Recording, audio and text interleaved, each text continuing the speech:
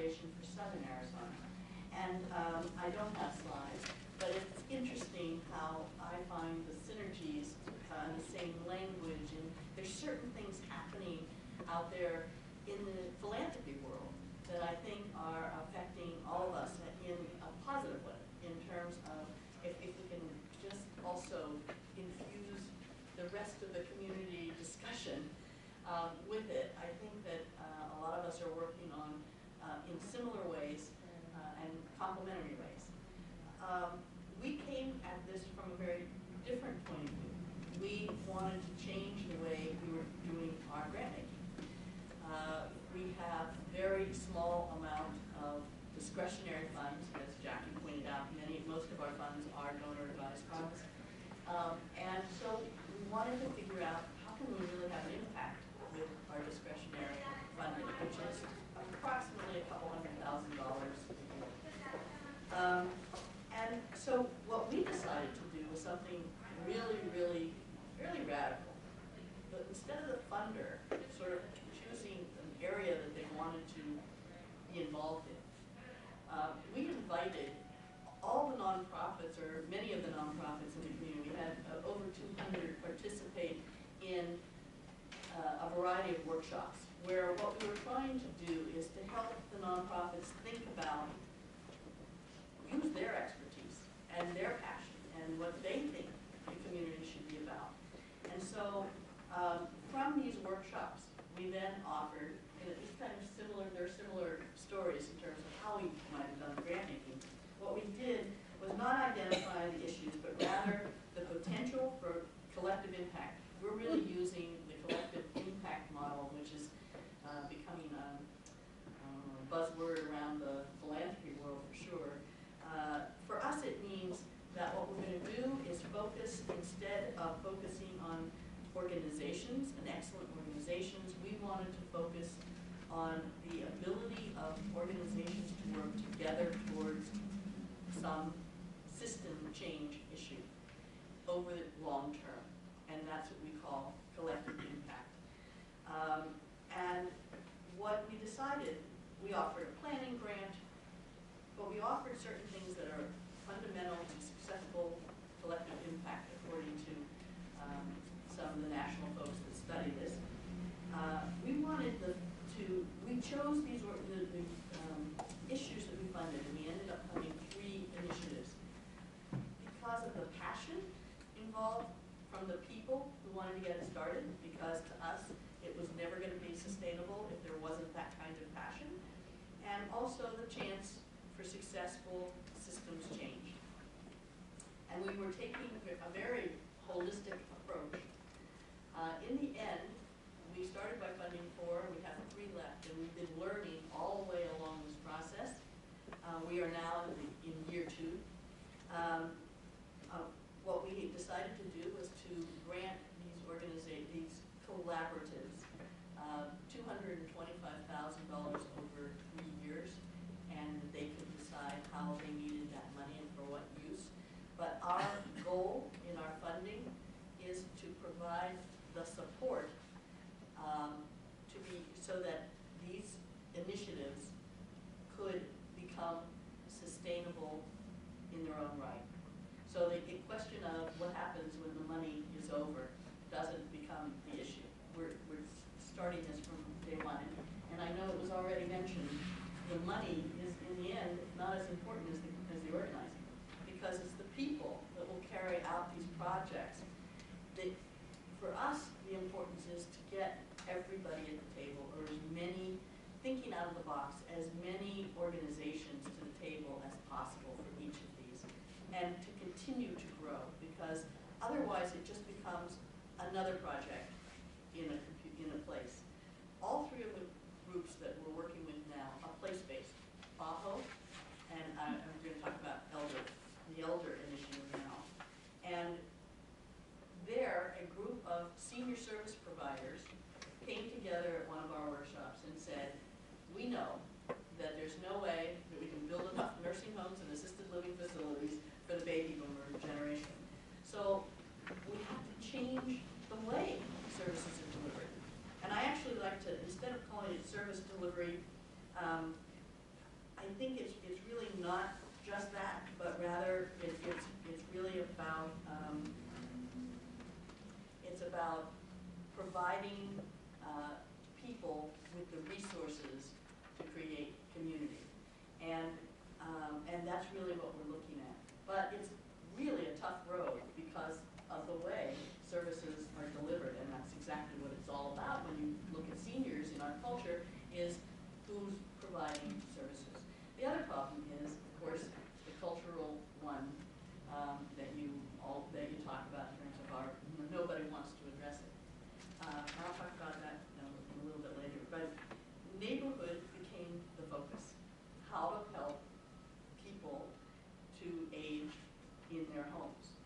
And so we didn't come at this from the point of view of the community of all ages, but as you can see, in terms of that elder initiative, it's about building communities through the wisdom of all ages, and there's no question in my mind that that it will affect all people in those neighborhoods. And so I think that it very much fits into this model. I'm going to turn it now over to Kathy, who can describe the elder initiative itself. Is this on? Yep.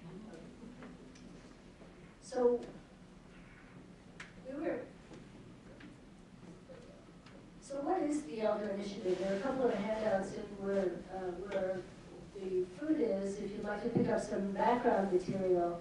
But we were thrilled to be one of the recipients of this grant due to the passion, as Evan said, due to the passion around the need to do something about planning and making sure that we were able to use the resources, this great resource we had in our community of older adults who had time on their hands and had expertise and were not those frail elders that people often think of when you bring up the word aging. So we knew we had this resource and we wanted to make the best use of it. So what it is, and what we are doing is we're a collaborative, grassroots, neighborhood-based approach to aging in place. And you'll see the number 3 up there a lot because this is how we've decided to approach this, that we have 3 pilot projects going in 3 neighborhoods with kind of, here comes the interesting part, with 3 lead agencies and 3 community mobilizers. So I'll explain that a little bit. We hired 3 part-time community mobilizers to go out and who live in the communities, and I'll show you the characteristics of the communities in a minute. But these 3 community mobilizers, each one lives in one of these neighborhoods that we've selected, and one of our objectives is not only to do the community development work about how do we foster aging in place, but how do we as organizations work better together to plan and to serve the constituents that we're serving. So to that end, we have divided the responsibility for the neighborhoods among 3 different agencies, and then there's 1 project director. So I'm the project director coordinating the work. We have the Area Agency on Aging, Pima Council on Aging is responsible for 1 neighborhood. The Jewish Family and Children's Services is responsible for the 2nd neighborhood, and I'm responsible for the 3rd one. And the key is that the older adults are the driving force behind the, here's that word again, providing input, but not only providing input, but getting involved in larger ways in implementing solutions to needs that they've identified that exist within their community for them to be able to age in place, and as Phil so aptly described, is expanding that definition of place. We don't want a whole group of older adults just living in their homes. We want them to be vibrant, active community members as their ability, at their level of ability to participate in the community. So our key is also to build on existing strengths in the neighborhoods and existing strengths of the organizations. So what that means is when we selected the neighborhoods that we wanted to work in, we were looking for a lot of diversity in a lot of different ways, but one of them was that if a neighborhood already had some kind of an organizational structure and they had the political will and the passion within that neighborhood to do this work, they would be more likely to be selected as one of our pilot projects. And breaking down the silos. I've explained that. We're trying to break down the silos by having the 3 different agencies be in charge of one of the neighborhoods. So in addition to those organizations that I mentioned, I wanted you to see who the partners were. We had a steering committee that started the initiative and has grown since we started. We have a couple of steering committee members here with us today. But I put them in different colors up there just to show you the diversity that we have in nonprofits, in government, in an academic institution, in an association, and in community volunteers. So we have this eclectic group of folks addressing this. I guess you're probably saying, well, I don't see any older adults themselves on that steering committee, but that's coming as we develop into the next stage. We've now added the community mobilizers from the neighborhoods onto our steering committee, and as we grow and get into more conversations in the neighborhoods, we will have more of the older adults, because after all, I said that was what the key is getting the older adult perspective, getting the older adult involved in the implementation phase. In addition to that list, we have some other interesting collaborative partners. We have a couple of consultants from the University of Calgary who've done similar work in Canada and who happen to be snowbirds in Tucson, yay. So they're freely giving their time to help us do the work that we're trying to get done in Tucson. We do have an evaluation component. We have excuse me. We have a consultant who's an evaluator, but really is more than an evaluator, is really an integral part of the team in helping us move through each part of this process as we start to enter the neighborhoods, as we start to talk about how to engage people and what have you. The evaluators involved with us through all through that process. The community mobilizers I've talked about. They'll be neighborhood-based leaders. And I've listed the Community Foundation for Southern Arizona as a partner in here as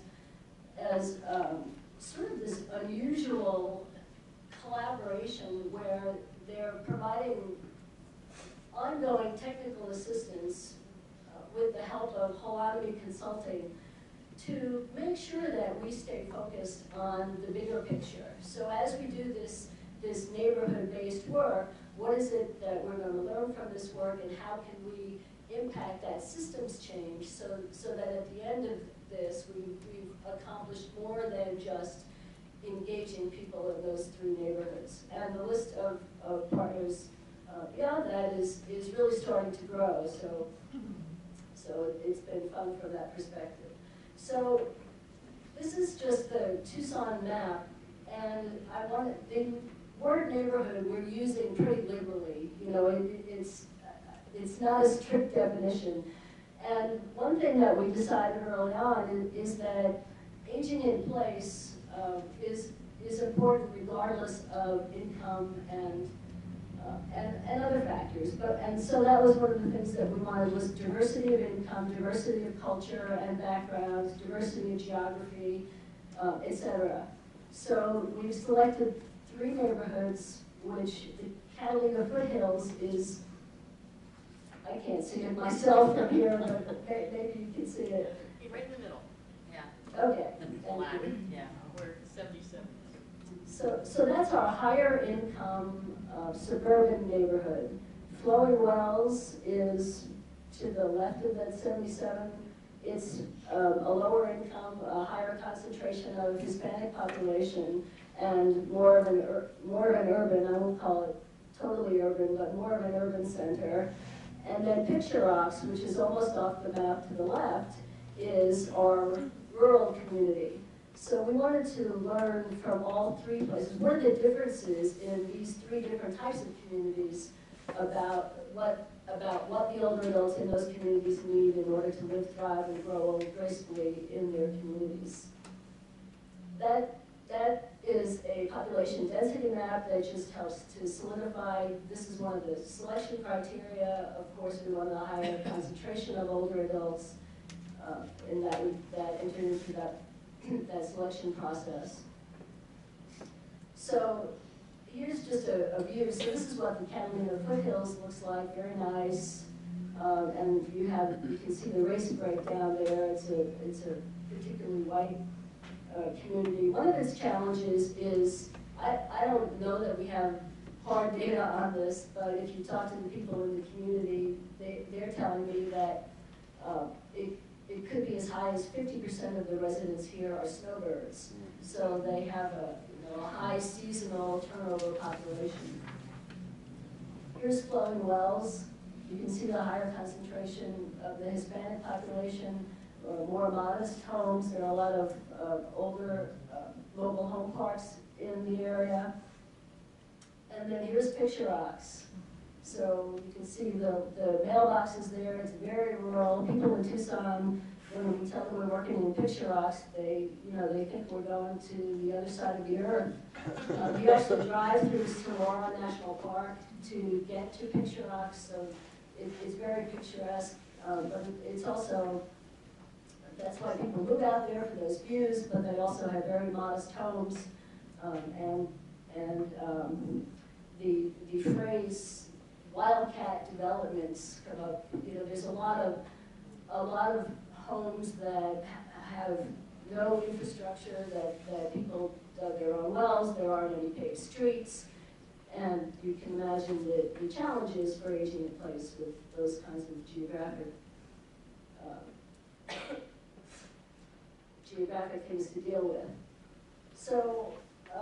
So we have taken our focus from the older adult perspective, and we're also learning from the many efforts that have gone on around the country about, I think, what Phil said earlier, but maybe he's challenging us to look a little bit further, that what's good, these other efforts that have gone on around the country have taught us that what's good for older adults is good for other populations when you're developing infrastructure, access to services, building these intergenerational efforts.